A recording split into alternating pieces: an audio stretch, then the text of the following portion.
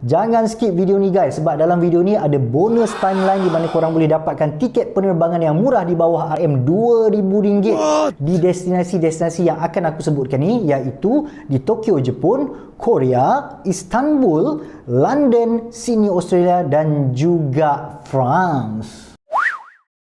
iFam TV.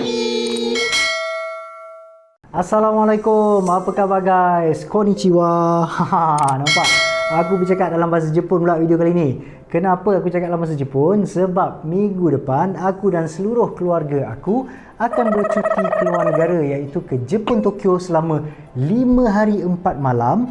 Tetapi aku hanya spend lebih kurang RM2,000 sahaja selama 5 hari 4 malam tu. Dan kerana itulah aku nak share dengan korang 10 tips untuk bercuti ke luar negara dengan harga yang murah, dan ia memang berkesan, memang dapat memberikan penjimatan yang sangat-sangat banyak. Dan aku nak share dengan korang macam mana untuk korang bercuti ke luar negara dengan harga yang bajet dan murah. 10 tips melancong ke luar negara yang murah ni applicable sama ada korang nak pergi ke negara yang ada 4 musim ataupun korang nak pergi melawat ke negara-negara yang beriklim khatulistiwa.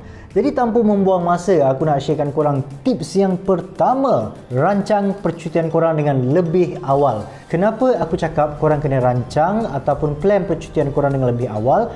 Kerana bila korang plan percutian korang dengan lebih awal, korang akan dapat tiket penerbangan yang lebih murah, tempat penginapan yang lebih murah, kerana korang dah pun book in advance.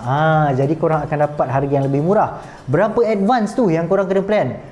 Bagi aku seelok-eloknya ialah 6 bulan sebelum korang pergi melancong. Dan dalam tempoh 6 bulan tu juga korang bolehlah menyimpan, okay? Kalau macam yang single, korang dah boleh start menabung. Kalau suami isteri, korang dah boleh sharing-sharing duit untuk berkongsi, dan duit itu jugalah kita boleh gunakan untuk perbelanjaan kita bercuti di luar negara nanti. Tips nombor 2. Tips ni sangat penting, iaitu bilakah waktu yang sesuai untuk pergi bercuti ke luar negara. Ini tips yang sangat-sangat penting kerana banyak orang ada membuat kesilapan apabila mereka melawat ke negara-negara yang ada 4 musim. Mereka memilih musim yang high season. Bila high season ni pada negara-negara 4 musim? Okey, aku bagi tu korang. Elakkan untuk bercuti pada 3 musim ni. Musim yang pertama adalah musim panas, summer. Musim kedua adalah musim bunga ataupun spring. Pada musim bunga ni lah memang tiket penerbangan mahal gila, dan tempat-tempat penginapan pun memang tak masuk akal harga dia, memang mahal. Sebab pada musim bunga ni lah musim-musim yang memang high season. Dan yang ketiga, elakkan juga musim autumn. Kalau kau nak bercuti di hujung-hujung autumn. Jadi bila sebenarnya waktu yang sesuai untuk pergi bercuti ke luar negara pada negara yang ada 4 musim ni? Pada aku ialah pada musim sejuk ataupun winter. Kenapa musim sejuk akan jadi lebih murah? Okey, yang pertama, pelancong-pelancong daripada negara luar ni, diorang daripada negara luar yang ada 4 musim juga, diorang ni negara diorang pun ada winter. Jadi bila diorang ada winter, pada musim-musim sejuk ni, diorang ni lebih suka hibernate. Macam burung polar kan, hibernate. Jadi diorang suka hibernate, suka duduk, dan diorang tak nak berjalan sebab musim sejuk. Jadi pada musim sejuk ni lah kita take that advantage untuk kita pergi, kerana tiket penerbangan akan jadi jauh lebih murah, dan tempat-tempat penginapan sama ada hotel ataupun apartment, homestay, Airbnb dan sebagainya, mereka akan ada diskaun yang sangat banyak, hingga 30 hingga 50% diskaun daripada harga publish rate. So inilah masanya untuk kita bercuti ke luar negara, iaitu pada musim sejuk. Tapi bila musim sejuk pula, mesti korang cakap, alamak, dalam musim sejuk tak tahan sejuk, kena beli baju sejuk yang banyak, nak beli baju sejuk pun harga yang mahal. Ini aku nak bagi tahu korang, kalau kita nak bercuti ke luar negara pada musim sejuk dan perlukan baju sejuk, tak perlulah pergi ke tempat-tempat yang mahal untuk beli baju-baju sejuk. Sebab kita pun akan pakai baju sejuk tu sekali je. Betul tak? Malaysia ni bukannya ada musim sejuk. Aku tengah bercakap ni pun hujan ni kat luar tu. Dengan guruh apa semua. Kita ni adalah negara yang beriklim khatulistiwa. Jadi aku dah letakkan link dekat bawah untuk korang dapatkan baju-baju sejuk dengan harga RM50. Tapi korang boleh dapatkan baju-baju sejuk yang sangat berkualiti. Okey, tips yang ketiga iaitu tempat penginapan. Macam aku pergi bercuti di Tokyo, Jepun ni, aku cari tempat penginapan aku di Trivago. Okay, sama ada Trivago ataupun aku akan cari Airbnb. Tapi bila aku buat comparison, aku rasa hotel lebih sesuai dan lebih murah sebab aku pergi pun pada musim sejuk.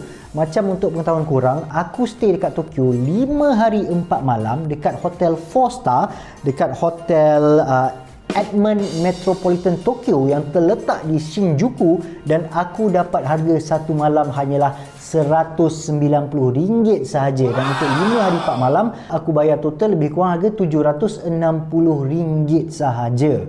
Tips yang seterusnya, tips yang keempat, yang paling penting kalau kita nak pergi bercuti ke luar negara, kenalah ada tiket kapal terbang. Jadi tips yang keempat ni adalah untuk mendapatkan tiket kapal terbang yang murah. Aku pergi mana-mana luar negara pun, aku akan cari tiket penerbangan dekat website ni. Sebab website ni bagi aku dia sangat-sangat bagus, iaitu di cheapflights.com.my. cheapflights.com.my. Kenapa aku cakap website ni bagus? Dia lebih kurang macam Trivago jugalah. So cheapflights.com.my ni dia akan membuat perbandingan harga tiket kapal terbang dari seluruh syarikat-syarikat penerbangan dunia untuk mendapatkan harga tiket yang paling murah. Dan yang bagusnya juga, cheapflights.com.my ni bila kita masuk dan kita nak beli tiket kapal terbang, dia dah ada kalender tau. Okey, so kalender tu dia dah letakkan 3 label warna. Label yang warna hijau bermakna tiket tersebut pada tarikh tersebut adalah tiket yang murah. Dan label warna peach lebih kurang harga tiket-tiket yang sederhana lah. Dan warna merah adalah high season punya period, dan tiket penerbangan pada waktu itu adalah sangat mahal. So korang boleh pergi tengok sendiri kat kalender-kalender tu, tengok kat mana tarikh yang sesuai, dekat mana yang warna hijau. So korang tengok yang mana yang dapat harga yang paling terbaik untuk destinasi pelancongan negara yang korang pilih sahaja. Tips seterusnya, tips yang kelima adalah nak jalan di mana. Okey, bila korang dah ada tiket penerbangan, dah ada tempat penginapan, tentu korang nak kena plan dekat mana tempat-tempat menarik yang korang nak lawati bila korang dah sampai dekat negara tu nanti.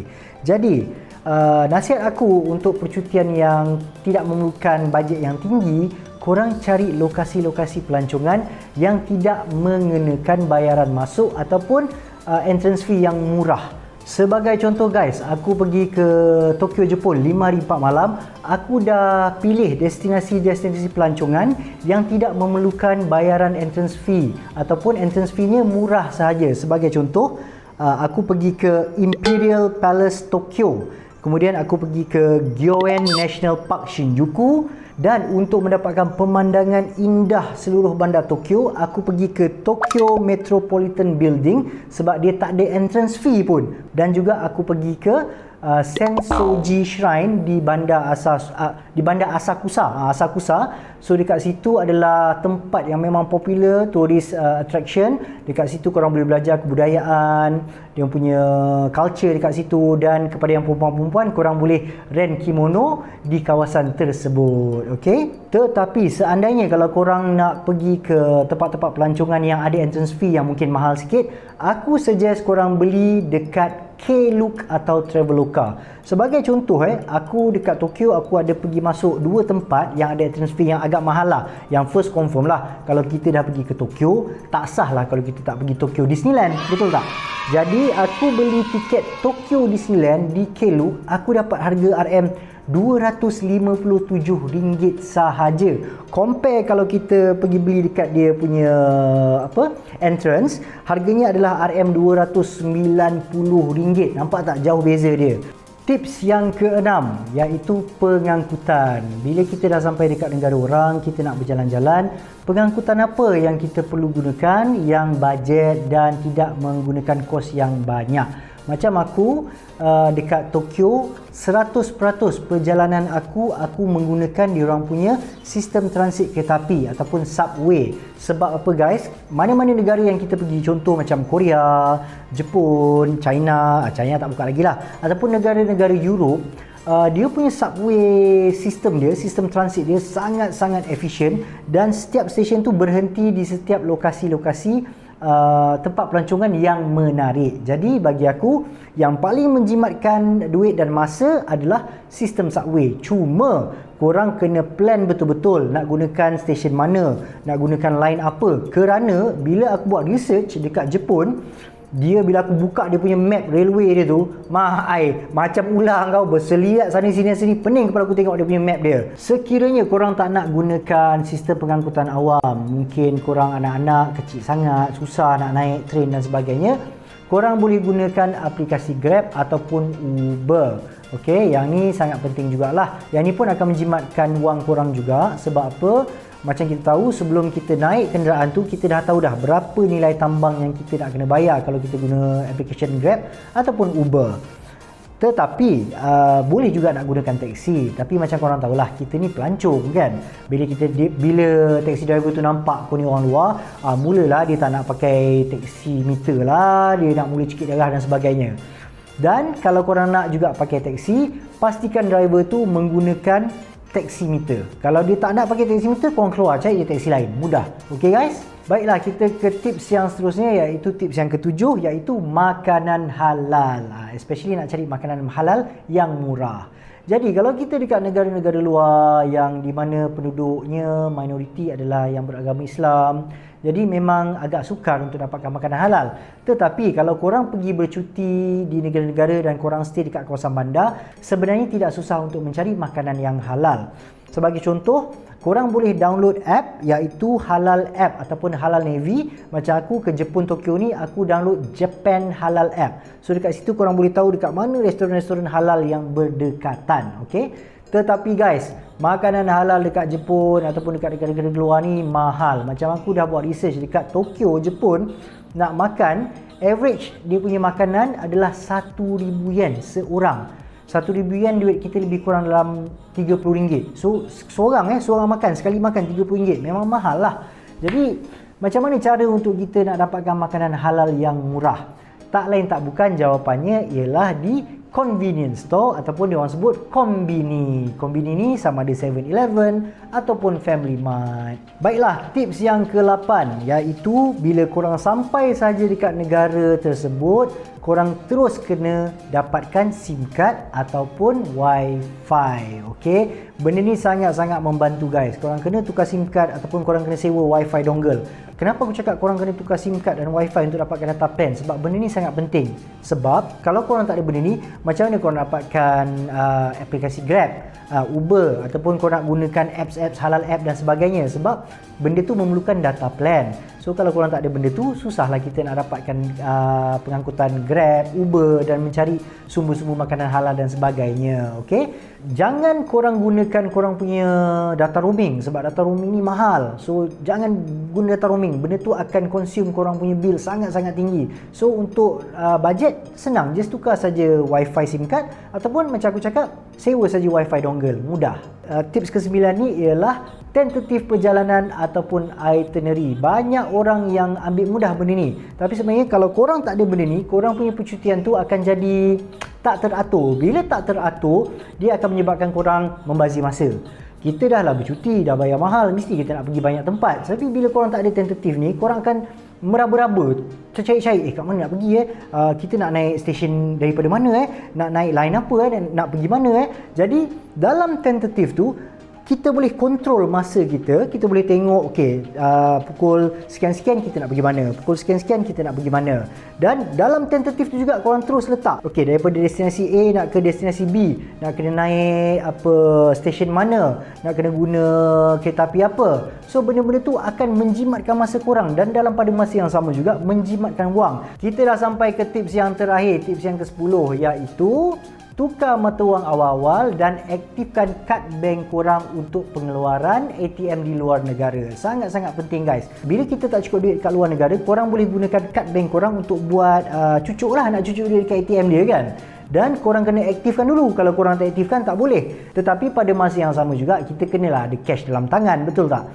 So untuk aku, setiap kali aku pergi bercuti ke luar negara, aku akan tukar mata wang dekat Mid Valley, iaitu di Money Master Exchange. Aku rasa dekat situlah tempat yang paling murah untuk penukaran mata wang. Kalau korang ada tempat yang lebih murah, korang boleh komen dekat bawah juga. So mungkin aku tak tahu ada tempat yang lagi murah. Tapi dekat situlah selalunya aku tukar mata wang kalau aku nak pergi keluar negara. Okey, itulah dia tips yang terakhir. Baiklah, itulah dia 10 tips melancong ke luar negara yang murah yang aku share dengan korang. Aku harap benda tu akan mendatangkan faedah, akan memudahkan korang nak merancang perjalanan korang dan sebagainya. Tetapi mesti korang tertanya-tanya sebenarnya, berapa sebenarnya aku spend ke Jepun, Tokyo selama 5 hari 4 malam. Sekarang aku nak reveal untuk korang. Okay, berapa aku spend? Yang essential, aku bagi tahu yang essential. Tiket penerbangan aku adalah RM1,157. Lepas tu penginapan aku di sana 5 hari 4 malam RM760 di Metropolitan Edmond Tokyo tu. Tambang aku yang aku dah kira, dah aku calculate untuk gunakan train di Tokyo Jepun adalah RM100. Makan minum satu kepala aku bajet lebih kurang dalam RM150. Jadi totalnya adalah RM2,167 sahaja. Itu yang essential, yang perlu ada. Dan additionalnya pula, yang ni yang macam kalau kita nak pergi berjalan dan sebagainya. Dan yang aku beli, ada beli apa? Package dekat Klook. Okay. Additional aku pergi Shibuya Sky sebab aku nak tengok Mount Fuji tu. Okay, entrance fee RM40. Tokyo Disneyland RM257 dan juga Keisei Skyliner. Mesti korang tahu apa tu Keisei Skyliner. Skyliner ni adalah bullet train Jepun daripada Narita Airport nak ke Tokyo, ambil masa 1 jam saja. Aku beli Keisei Skyliner punya tiket daripada Klook juga, harga dia RM90. So total additional aku adalah RM387. Jadi aku totalkan semua sekali, grand total yang aku dapat, yang aku spend, yang aku akan spend di Tokyo Jepun adalah grand totalnya ialah RM2,554 sahaja seorang. Seorang lah. Takkanlah aku pergi berempat harga RM2,500, tak masuk akal lah kan. Ok guys, kita dah sampai di penghujung video. Aku ucapkan terima kasih banyak-banyak kepada korang. Aku harap dengan tips-tips yang aku sharekan kepada korang akan membantu korang untuk merancang percutian korang dan dapat mengurangkan perbelanjaan percutian korang nanti, insya-Allah. Dan jangan lupa guys, untuk korang, aku akan buat vlog percutian aku di Manila, Philippines, dan aku akan buat vlog dekat Tokyo tu day by day. Aku akan detail out kat mana aku pergi, macam mana aku nak berjalan, kat mana aku makan. So korang kena stay tune, tengok video aku yang akan datang. So jangan lupa guys untuk subscribe, like, share dan komen. Alright, thank you guys. Terima kasih banyak-banyak. Jumpa lagi di video yang akan datang. Terima kasih. Arigatou gozaimasu. Arigatou gozaimasu.